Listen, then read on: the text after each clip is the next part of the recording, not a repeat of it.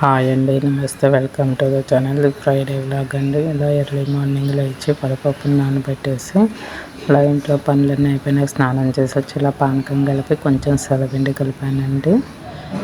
సలపిండి కలిపి పానకానికి ఏం లేదండి, మిరియాలు యాలక్కాయలు మిక్సీ పట్టేసి కొంచెం బెల్లం పొడేసి 4 తులసాకులు వేస్తే పానకం రెడీ అయిపోతుంది ఫ్రెండ్స్. ఇంకా అలాగ అవన్నీ రెడీ చేసి పానకం వడపప్పే కదా ఫ్రెండ్స్ మెయిన్ శ్రీరామనవమికి చేసేది. ఇంకా 2 చేశానండి. తర్వాత ఇంకా అలా పటాలకి శ్రీరామచంద్ర ప్రభు పటానికి బొట్లు పెట్టేసి ఇలా సింపుల్గా పూజ చేసుకొని దీపాలు వెలిగించేసుకొని పూజ చేసుకొని తర్వాత నైవేద్యాలు అవి పెట్టానండి. కొబ్బరికాయ కొట్టేసుకొని తీర్థం, పానకం, వడపప్పు, అరటిపళ్ళు, కొబ్బరికాయ, పూలు అన్నీ సమర్పించి దేవుడికి ఇలా సింపుల్గా పూజ చేసుకున్నానండి. ఈ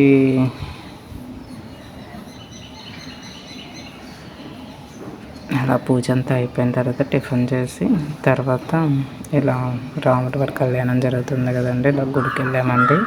నేను, మా వారు, మా బాబు, మా పాప రానుందండి, ఇంట్లోనే ఉంది తను. మేము ముగ్గురం అలా వెళ్ళేసి అక్కడే భోజనాలు అవి చేసేసి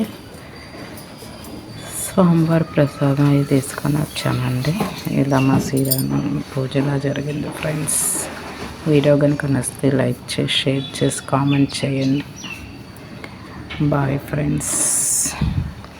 ఇలా ఇంకా స్వామివారిని అలాగా చూస్తూ కాసేపు కూర్చొని గుడిలోనే అలా కాసేపు భోంచేసాం ఫ్రెండ్స్. అలా కాసేపు కూర్చొని ఒక అరగంట అలా కూర్చొని ఇంకా బయలుదేరి 2:30కి అలాగా ఇంటికి వచ్చాం ఫ్రెండ్స్.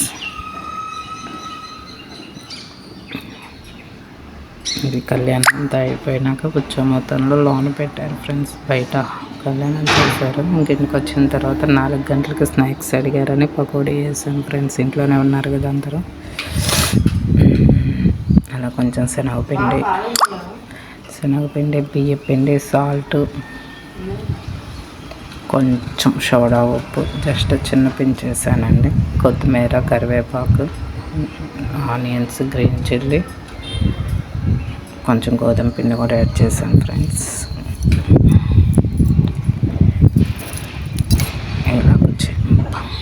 ఇలా మొత్తం కలుపుకొని అలా ఒక హై హీట్ ఎక్కిన తర్వాత అలా కొంచెం పకోడీలు వేసాను ఫ్రెండ్స్.